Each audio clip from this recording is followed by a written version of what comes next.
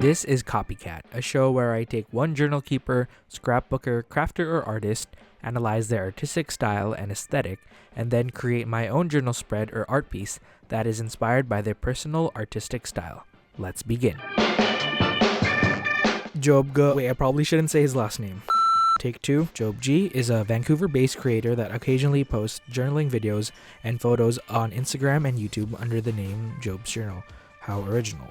Job has a relatively inactive e-commerce store entitled Job's Journal on Etsy, in which he sells digital collage sheets and journaling cards, although he's alluded to a physical product launch in early 2018. Whatever happened to that?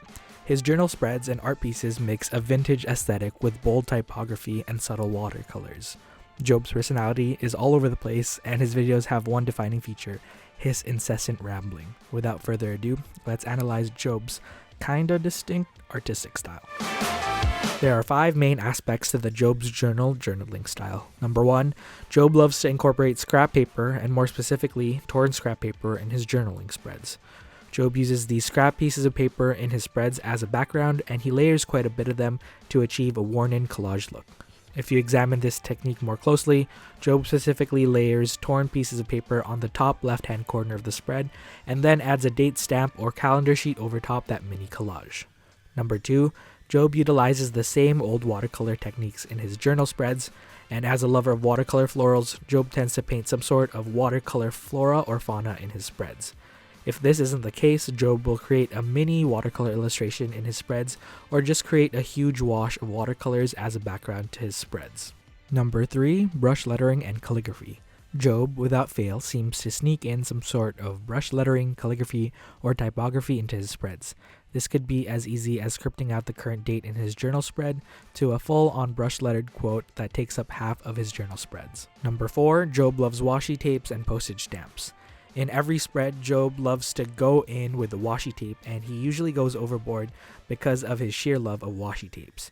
If he's not over-embellishing his spreads with washi tape, he's probably adding multiple vintage postage stamps or ephemera to the page. And lastly, number 5, Job has this weird obsession with vellum.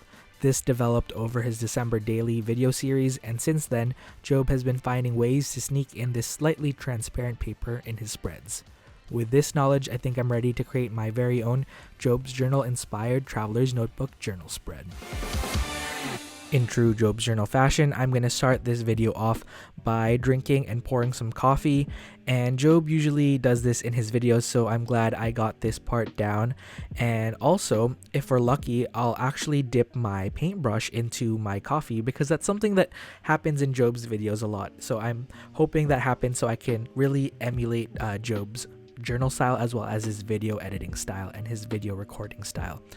Job usually also records his voiceovers in one go, in one take, and that usually ends up happening a lot, and he ends up rambling. So what's happening right now is very on point, because I'm actually rambling and not telling you what's happening on the screen, and that usually happens in Job's videos.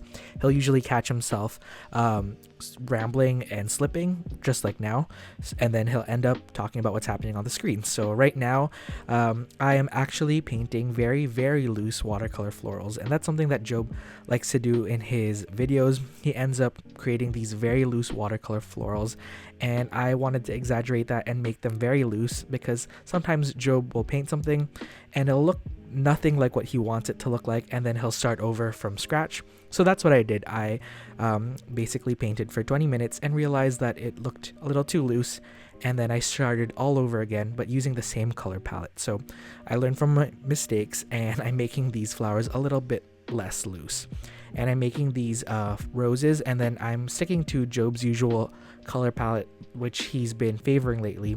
He uses a lot of browns, oranges, yellows, and basically any earthy tones in a warmer hue. So I'm just taking inspiration from his recent spreads, and I think this looks pretty good. I added these unknown looking plants that he ends up painting. It kind of just looks like little dots that are attached to a stem, and he likes to do that in his floral paintings, and I have no idea what those are supposed to be, but they look pretty cool. And then he ends up going in and filling out the blank spaces with a whole bunch of leaves, and I'm actually just painting this first, and this is going to be the background for one side of my journal spread. So I added one more rose because it looked a little bit too empty. And this rose is a red rose, and I just wanted to introduce more colors into this because I just didn't want to use any more oranges. And then I used that same reddish color, and I added more leaves just to make it look more filled out. And if you look closely, none of this actually kind of makes sense because those roses aren't really attached to any of those stems, and those leaves are coming out of nowhere, but it looks kind of pretty altogether, and that's usually what Job does in his watercolor floral painting. So we'll let that dry and actually work on the spread. So we're working in a Midori Traveler's notebook in the regular size, and it's a blank insert because Job absolutely loves blank inserts, but he also loves craft inserts. So I am gonna try and channel that and actually glue some scrap craft paper. So Job loves craft paper, and I'm just gonna use a tape runner and tape that down because Job hates glue sticks. He has a personal vendetta against glue sticks. No one really knows why, but he favors tape runners, so that's what I'm using for this spread. And then I found a whole bunch of random scrap paper. This is a red grid scrap paper, and then this map paper that a pen pal sent. So Job also uses supplies from his pen pals, and that's what I'm doing right now. And then I actually use the tape runner again to adhere all of that down, and I made sure to have a torn edge on both of those scrap pieces of paper. And then I also pulled out this calendar sheet. This is a calendar sheet from, I believe, Singapore or Indonesia. Oh no, this one is from Indonesia, and it's also from a pen pal, and that's something that Job would do as well. I then went through my vintage postage stamp collection and pulled out this Korean one, which is perfect because it references Job's time in Korea. He actually lived there for 2 years, and he just got back. But in his recent videos, he never really stops talking about being back from Korea and all his nostalgic moments. And it might be slightly annoying for some, but that's all right. And I'm actually rambling, which is perfect because that's very on point to what Job would do. And then he'll usually quickly talk about what happened on the screen. So I actually just stamped using a wooden stamp. It's a finger or hand stamp with my black ink, and then I use a Korean name stamp because Job actually has one and he uses it a lot as well. And now I am cutting down my watercolor piece to size. I cut it down to 11 by 21 centimeters because that is the size of one side of a spread in the Midori Traveler's Notebook regular size. And we are going to create a concealed vellum tip-in, and you heard that right, I'm using vellum. Job loves vellum. It's honestly such a weird and unhealthy relationship with vellum because it develops so quickly and he can't stop using it. We might need to actually ask him why he's so obsessed with it, but that's for another video. So I'm creating a concealed tip-in, so I cut this to size slightly smaller than the watercolor piece, and then I left about a 1 centimeter part of the vellum which I folded, and that is going to be the part that's concealed, and it's actually attached to the back side of the watercolor piece using obviously tape runner. And now I'm going to use a pencil to put a rough guide of what I'm going to be scripting out. So Job loves to incorporate script and quotes into his journal spreads, and I pulled out a quote from Rupi Kaur's new book, and Job actually used that in his previous journal with me. I don't remember the exact one, but he used a quote from Rupi Kaur's book, and I thought I would do the same. And I use a Sumi ink inside a, what type of pen is this called again?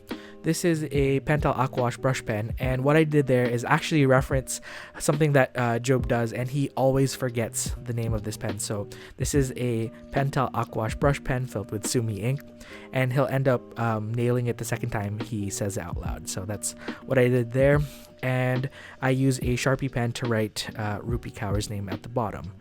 And I actually love how this looks because the vellum acts as a sort of barrier, and it makes the brush lettered piece stand out. It doesn't look as busy. So if I actually use the Sumi ink on top of the actual watercolor piece, it might look a little bit busy, but because of the vellum, it looks a little bit more, I guess, separate from the watercolor piece. And yeah, I guess that's the reason why Job likes vellum. So I'm just gonna adhere all of this onto the spread. And since Job has incredibly sweaty hands, I used this scrap paper to help myself adhere that onto the spread, and it acts as a barrier from the sweaty hands that Job has. So yeah, this is actually a really pro tip. And I am journaling with a fountain pen because that's something that Job would do. And usually he journals off screen, but I'm going to journal on screen because he tends to do that from time to time. And this is pretty much it. Let's look at the reveal shots. Happy April Fools and happy Easter Sunday, everyone.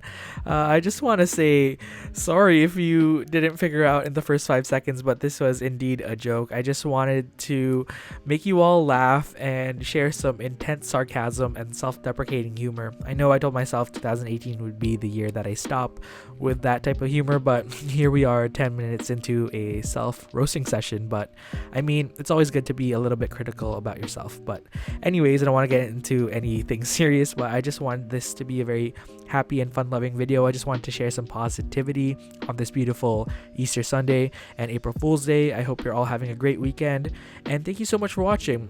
Thank you for watching the last Copycat video. That was episode 3 with James Luke Burke. Thank you so much for leaving such wonderful comments, and thank you to all the new subscribers who have recently subscribed. And yeah, I just feel very grateful and positive and happy, and I just wanted to share that with you all. So I hope you're all having a great weekend. And what's my outro again? Oh yeah, don't forget to like, comment, and subscribe, and share this video with all your stationery obsessed friends. Thank you so much, everyone, and I'll see you all next time. Bye.